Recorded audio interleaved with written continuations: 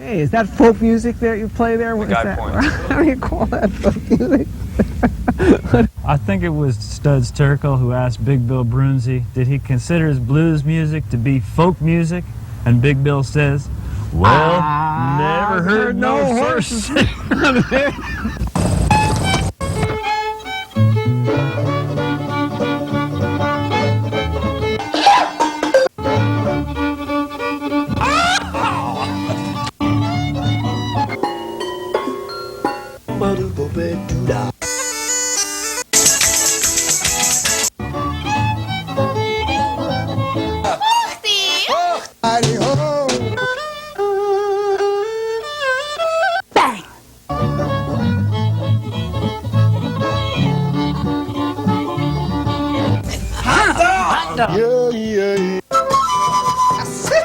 Don't hesitate.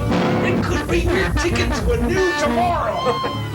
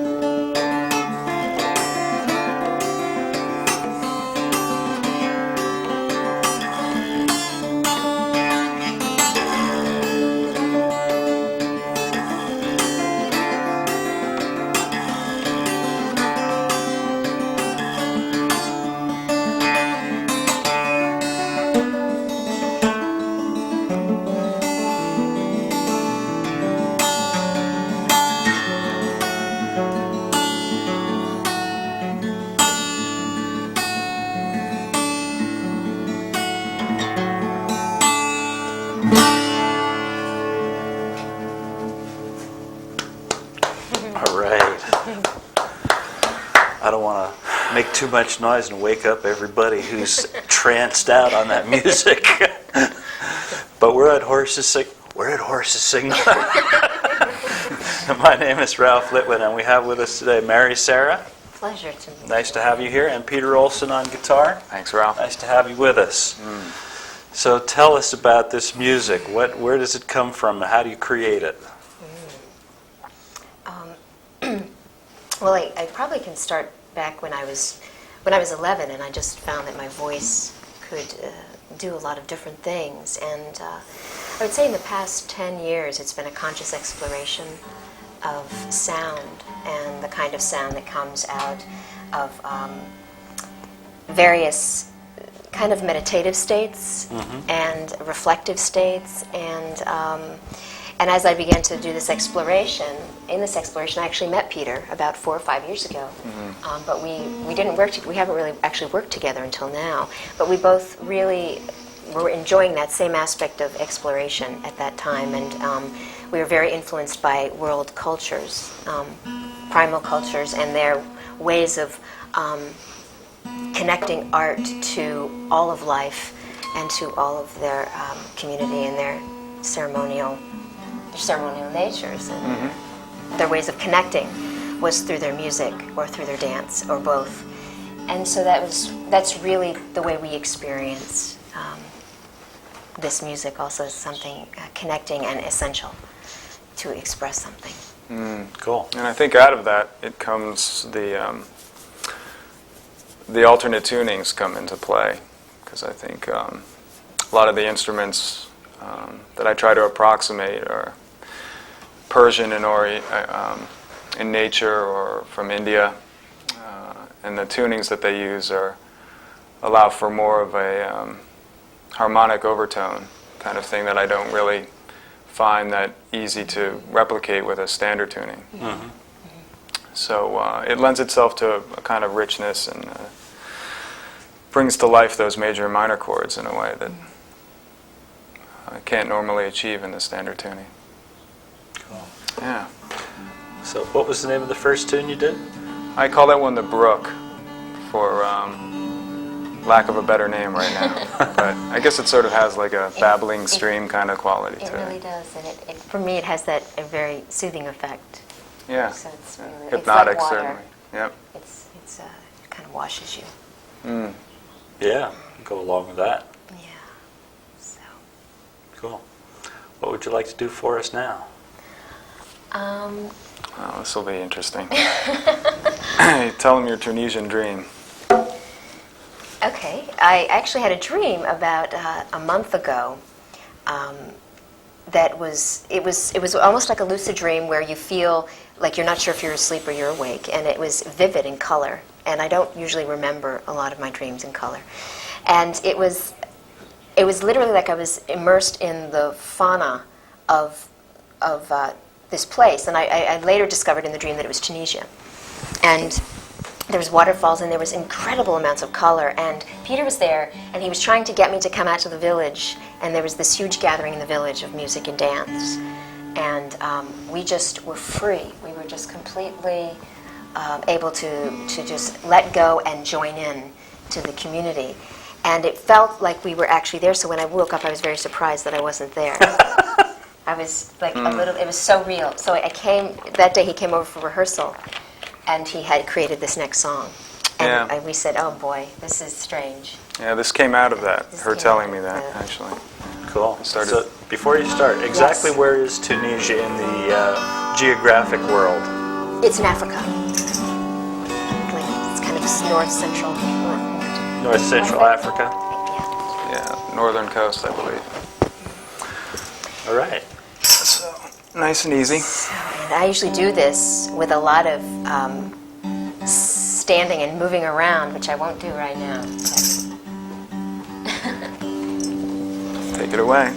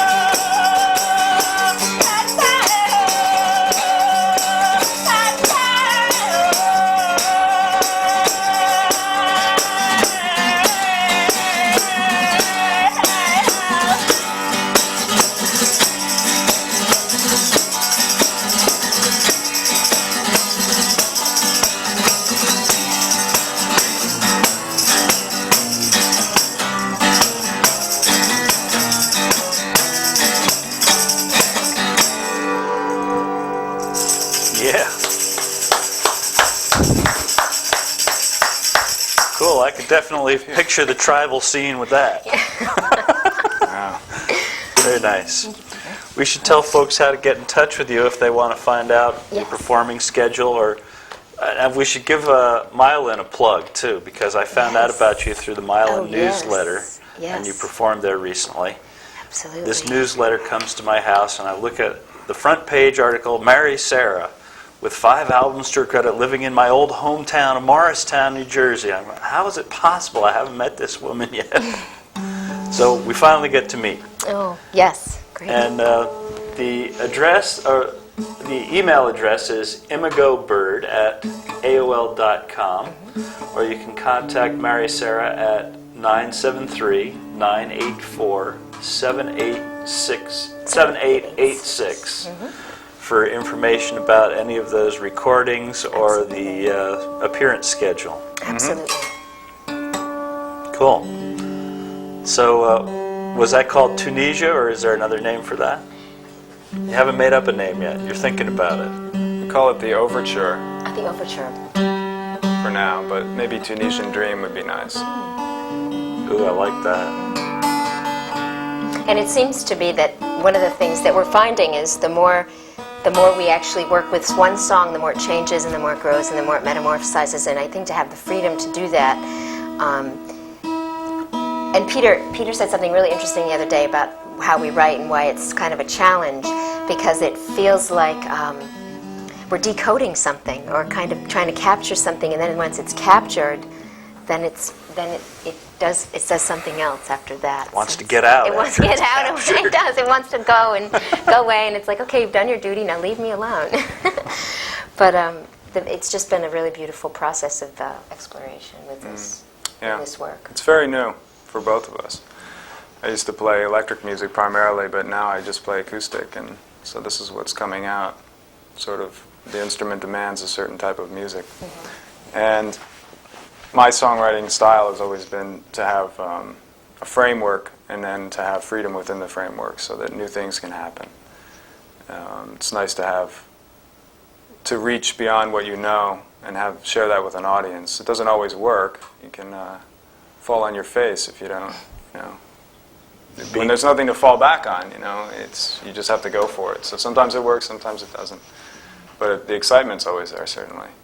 Cool. Working on the edge. Yeah. Yeah. Feel it right now. Okay, we'll go for it. What's the next piece? Boy. Well, this one I call the Rag. It's based on classical Indian music, just in the sense that it has the format where it has a very slow, non-rhythmical section in the beginning where the instrumentalists are able to explore the tonalities. And then it has a sort of medium tempo, and then it works itself up into a frenzy. But true Indian music, and I can't play real Indian music. It's a very hard discipline.